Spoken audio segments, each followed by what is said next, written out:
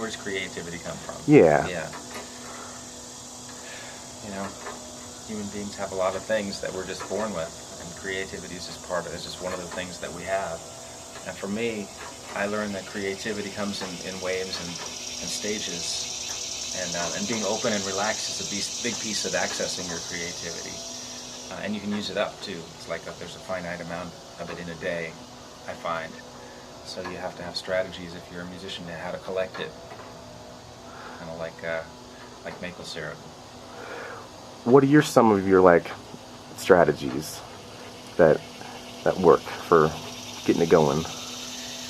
Well, one thing is to give it a push by listening to some music that you're not familiar with, or some art. It doesn't even have to be music. It could be a movie or something outside of you that forces you to think and forces your process to go into motion.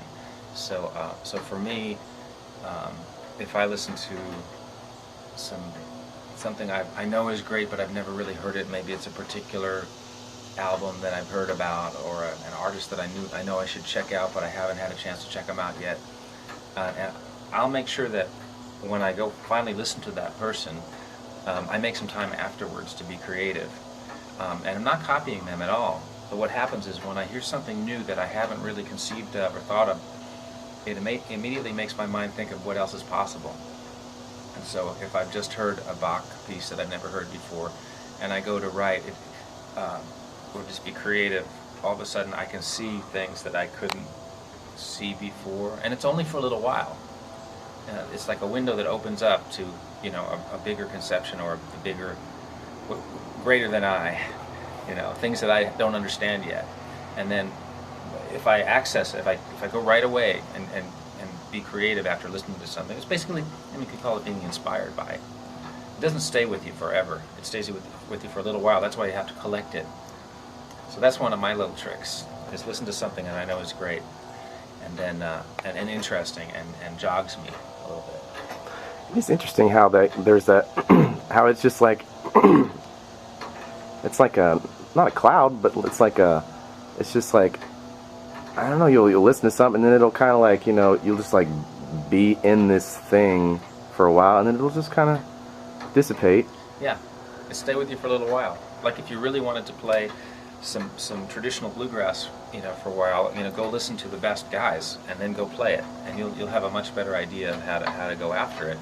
Now, of course, that won't stay with you unless you make it your own by really investing yourself completely into it, doing it enough for it to stick and become part of your thing.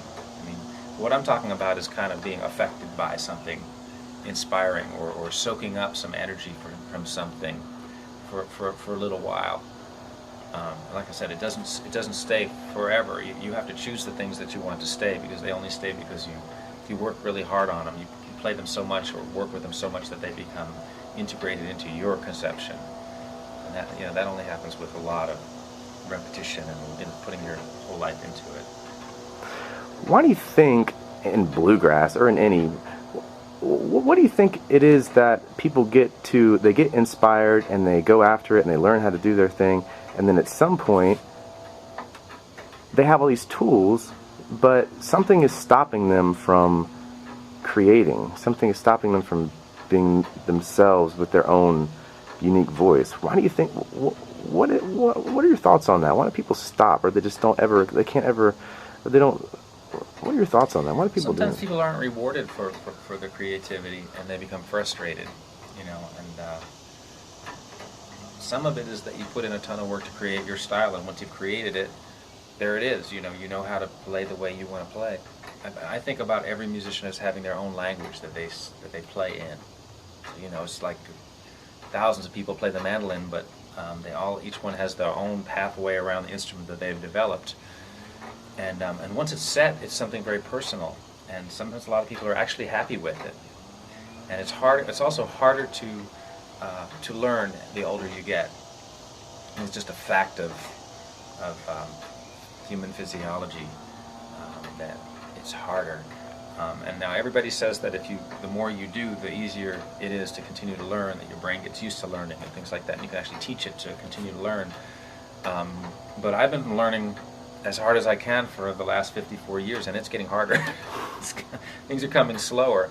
I have to work harder to retain things and to really learn something.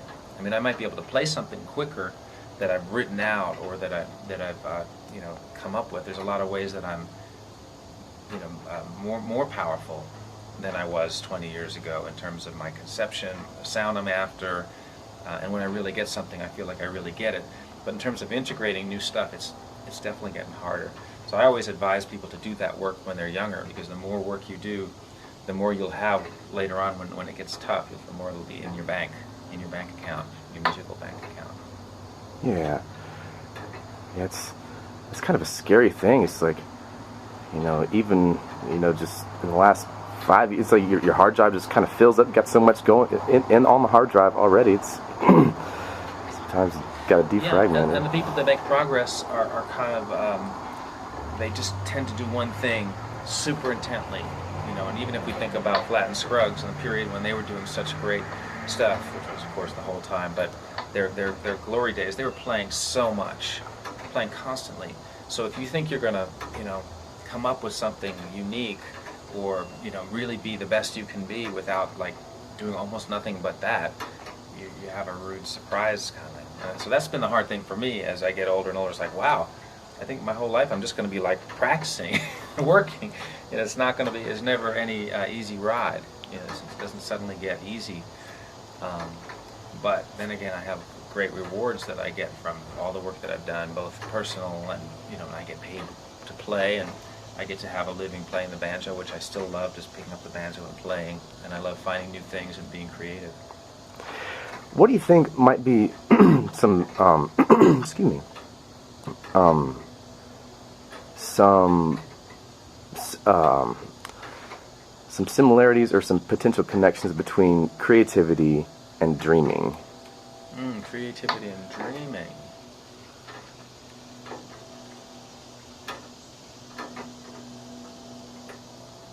I don't know. I never thought about creativity and dreaming.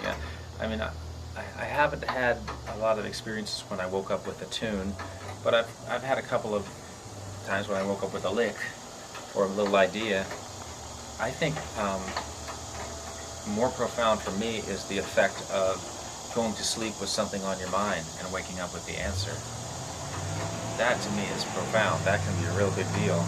So like you're trying, you can't figure out the ending to this song, and you're frustrated, and you know you're so close, you can't find. You go to sleep and you wake up, and it's either right there or it's coming very, very soon. So I think there's a lot of stuff that goes on unconsciously.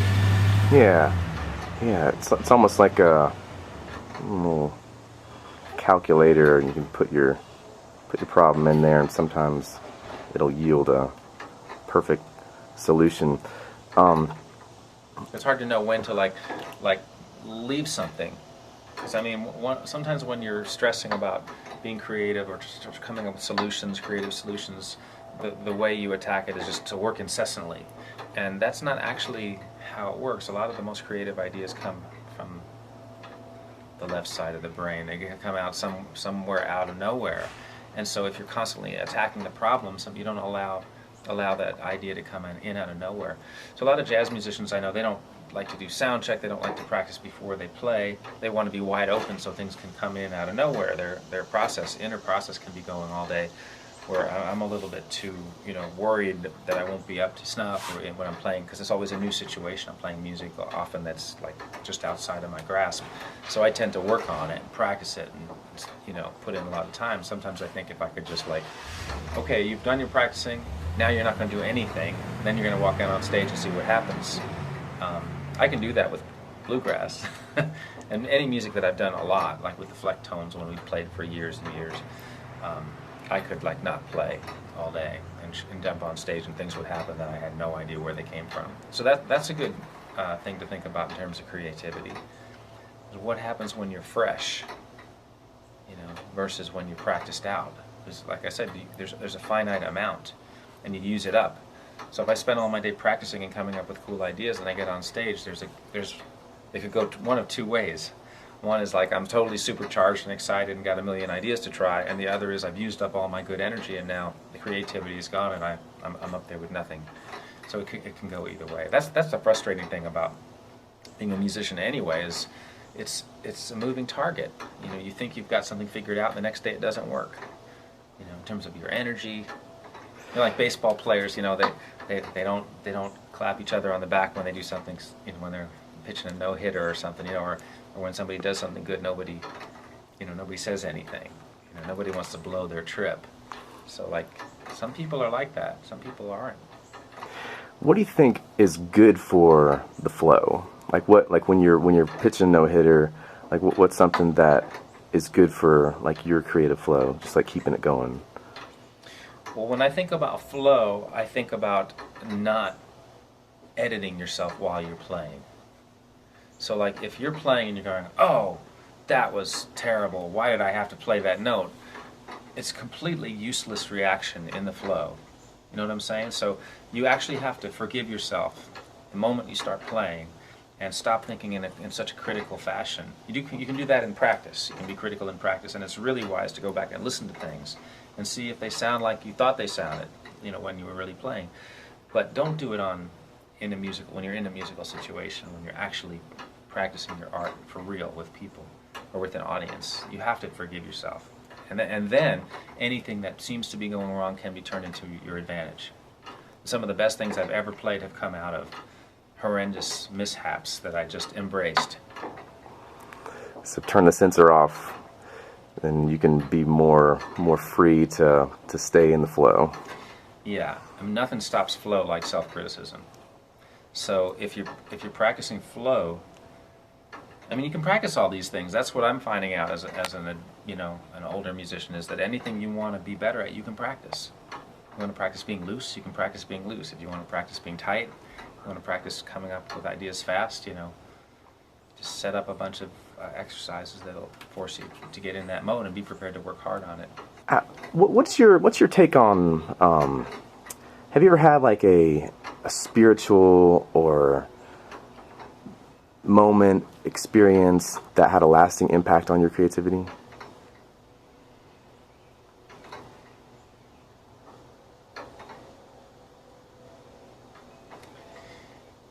Sometimes when things are going so good, there's a tendency to want to make it spiritual.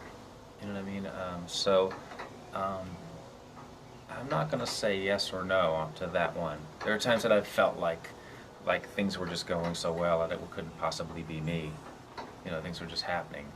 But now, after years and years, I've had that experience enough times to not be sure where it's coming from. It's like creativity. Where's that coming from?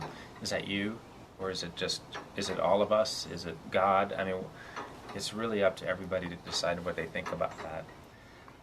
But I think you can have good results, whatever you think about it. I think whatever gives you the confidence to believe is going to get you your results. So if you're a conventional and religious type person and God is your center, I think it would give you a lot of strength to know that that's there, and that it's going to keep on coming. And I think it also is going to keep on coming for an atheist, because I think it's hardwired into us, whatever we believe. It's just part of, we eat, we go to the bathroom, creativity saps through us, we think, human beings. It just, there's a lot to being human, and it's one little piece of it. But just if you have something you believe in, if it's candy bars or if it's trees or God or Earl Scruggs, just something to... For me, I didn't grow up in a religious background, and banjo playing is probably the closest thing to religion. Music is the closest thing to religion for me, and I find my way through music, and I make it as important as if it was, I don't know, brain surgery or religion, The Church of the Five String. The Church of the Five. Yeah. Who are some of your favorite creative people around Nashville? Around Nashville? Well, since you're a mandolin player, I think Mike Compton is incredibly a creative guy within a fairly rigid style. So when we're talking about language, he's working a lot with the old Bill Monroe's language and what we call traditional mandolin language, but he recombines it in a fresh way every time he starts to play. And every time you play, you know it's him. It's completely, his own.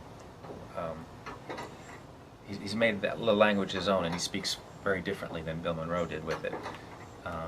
Jerry Douglas is a super talented guy in Nashville, and one of the reasons I moved here. Edgar Meyer is a phenomenon. Gosh, there's a lot of great musicians around here. It is. Yeah. It is. It's like it's pretty insane how much. And then there's older guys like think about Buddy Emmons. You know what that guy did with the steel and what he can play like. I mean, I don't see much of him these days around, but there's a whole incredible cadre of country musicians from the last 40 years that are amazing, you know. What do you think it is about like the old style of just kind of music in general, like everything that kind of went up to, you know, like almost like up to disco? How could you characterize the difference in creativity in that era and kind of in the more modern era? Yeah, there's a tendency to downplay everything that's happened since the 60s, 70s, you know, early 80s. It's probably not fair, you know, and probably a lot of what happened in the 60s, you could probably find things that happened like that in the 1800s or in different periods, or the early 1900s, or the Jazz Age. I think you have those sort of nodal points every once in a while throughout history where a bunch of people who are listening to music all awaken to other possibilities. You know, I mean, you can really see it in classical music as you watch it, you know, changing from Bach on into the, you know, to Mozart to Beethoven and onward into 12-tone music and all the, you know, see it really starts, well, Bach was not simple, but in general, the music will start simple and get more and more complex and hit these incredible peaks and then get quite complicated and often sort of complicate itself out of existence. Which is something that kind of happens. Classical music hasn't complicated itself out of its existence, but it certainly made life difficult for itself by the music that became, because everybody had already done all this great consonant music, and nobody could think of anything else to do except make it weirder and weirder to cut new ground. And the same thing happened in jazz. Exact same thing. I mean, starting with Louis Armstrong, it was just this very danceable, pop, fun music that anybody could sing and play and dance. And then it got more and more complex as it went on into swing and went on into bebop, until finally they were playing free music, which was 12-tone, once again, you know, just very, very modern music that most folks couldn't relate to. And you go back to Earl Scruggs, you know, the Earl Scruggs is like Louis Armstrong. He's playing so simple, his whole deal. I mean, it's genius, just the way Louis Armstrong is genius, and they're heralded as people that have changed the face of music. But they had something so clear. And you think about Earl Scruggs' mom saying, I can't follow the song. You've got to make sure I can understand the melody. You know, and they're not thinking about that when they're writing 12-tone music, you know.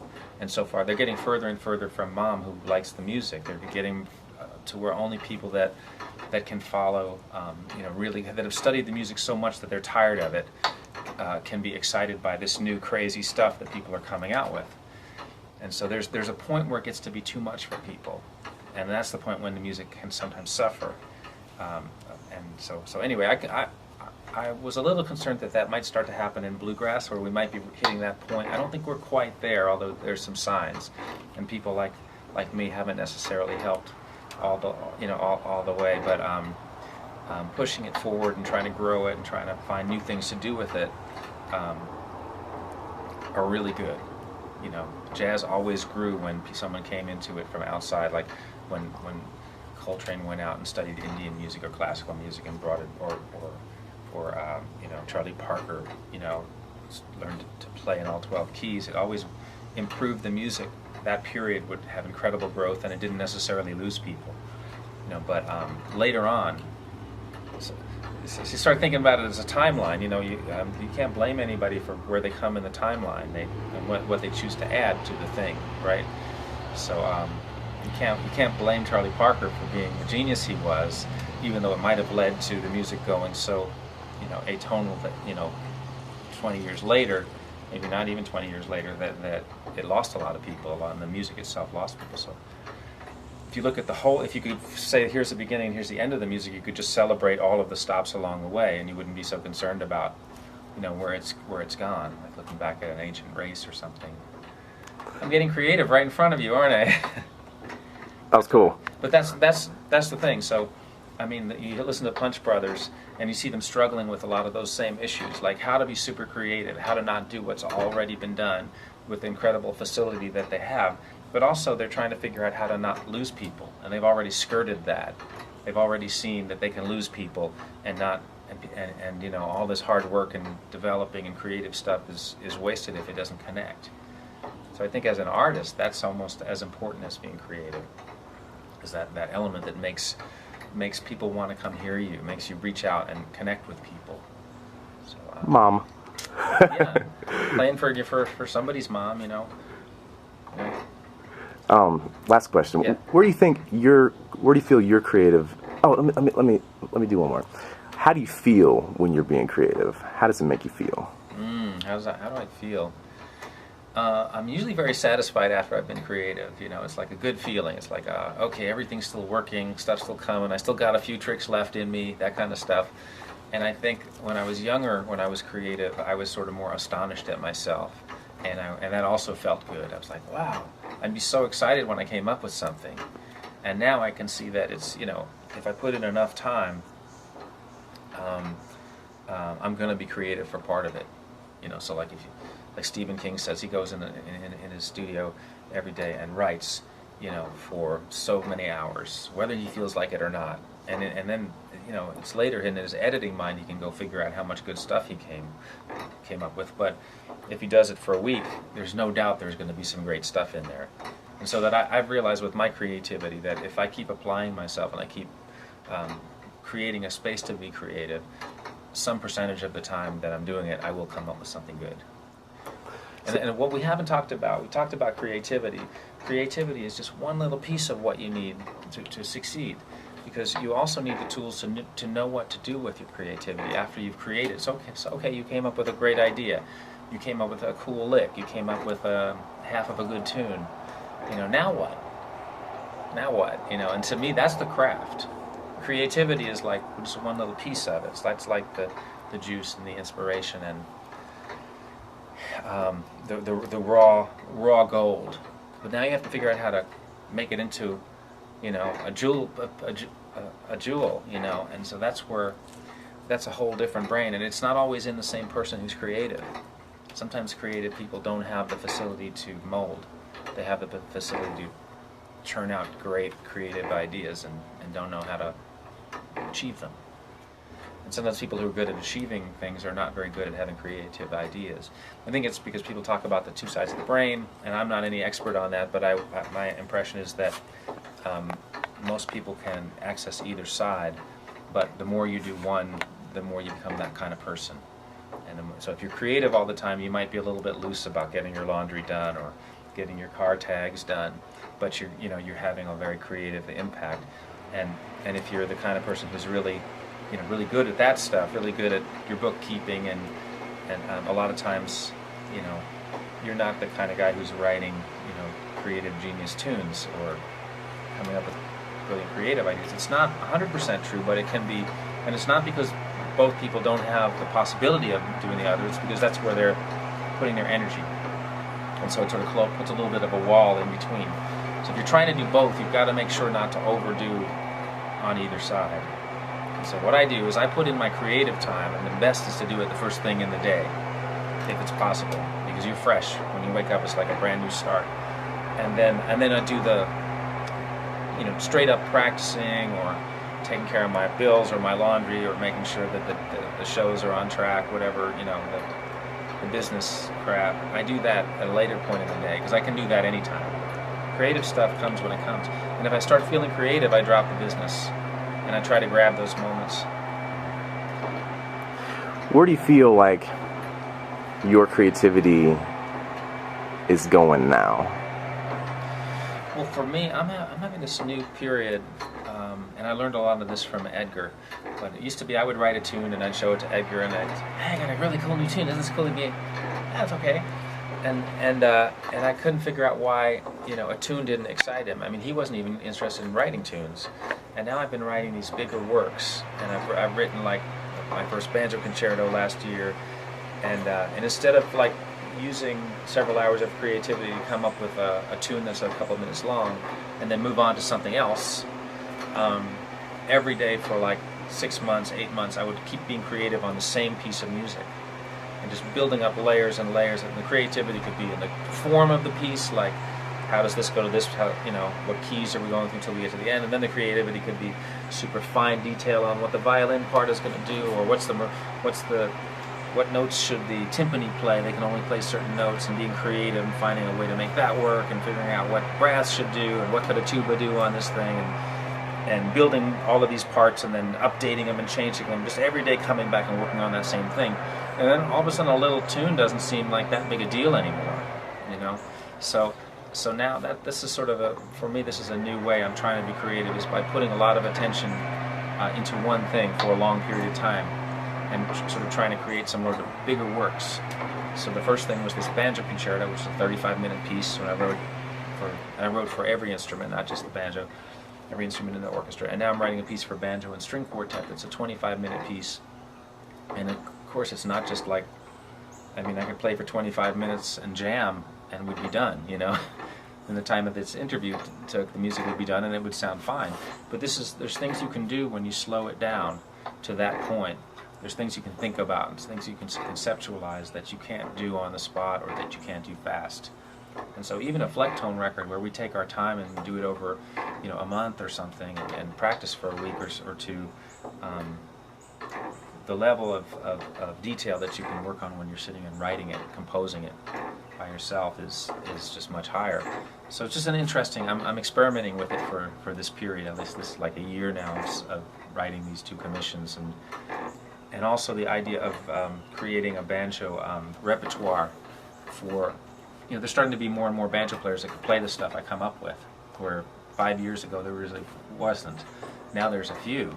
And if it keeps going that way, maybe, you know, there's more, maybe there'd be use from creating some repertoire, some classical sort of repertoire for somebody to go out and play after I'm gone, that could be used as a way to learn the instrument and to pass on the techniques that I've developed, you know, in a different way than, you know, go transcribe something off my record, or here's a homespun tape book, or here's how I do my licks, a more, you know, maybe I don't know. So anyway, I'm exploring that right now, and I don't know if I'll stick with it. I was thinking maybe, you know, from now on I would be, you know, working on these pieces for the rest of my life, and just keep on building sort of more thoughtful banjo stuff as part of what I do, while continuing to play with a lot of different people live. It's pretty epic journey that you're on, man. It's like, you know, it's very, very impressive. Like, I mean, the talent would be impressive, like the commitment to it, the influence, all that kind of stuff. But, you know, the Africa thing, like the love for it, is really impressive. It's thanks, man. Sometimes I feel like I've had so much opportunity that I need to not let up. I need to make sure and be worthy of it. And so that's why a lot of times I keep thinking about, you know, what can I do that hasn't been done, that I haven't done? How can I fulfill the promise and not just sort of stop here? And it has its price, you know. Sometimes I'm just exhausted, sometimes I'm just tired. You know, I just want some time off, but I've set myself up with things to do right now that I have to go do, that I can't let myself off, because I'm going to show up and there's an audience waiting to hear it. And I keep using those things to propel me. Yeah, no, I know how lucky I am. I don't take it for granted. You are I guess that's what it takes, though. I mean, like if you're really trying to, you know, fulfill you just can't let up. Well, I mean, for too long anyway. A lot of different ways, you know. That's the right. whole thing. You have to remember that people do it a lot of different ways, and there are lots of musicians who do great, continually expanding their horizons, and aren't as manic about it as I am, and have great careers, you know, that are fulfilling. But for me, for some reason, I'm on this mission. I can't even explain it. Can't explain it. Probably having to do some kind of self-worth problem when I was a kid or something, having to prove to myself over and over again that I'm worthy, something like that. It could be something as simple as that. I don't really know, but if I had to estimate it, like I just think you just love music. Well, I do, and it's the one place I feel powerful. You know, every place else in the world, you know, it's not like that. You know, it's a little guy. There's a. But that's the one place I feel like I know what I should do, and I feel strong and I feel worthwhile. You know, so I mean, not that I don't like myself or anything like that, but it's different with music. I feel like I know what I should be doing. Awesome. Go after it.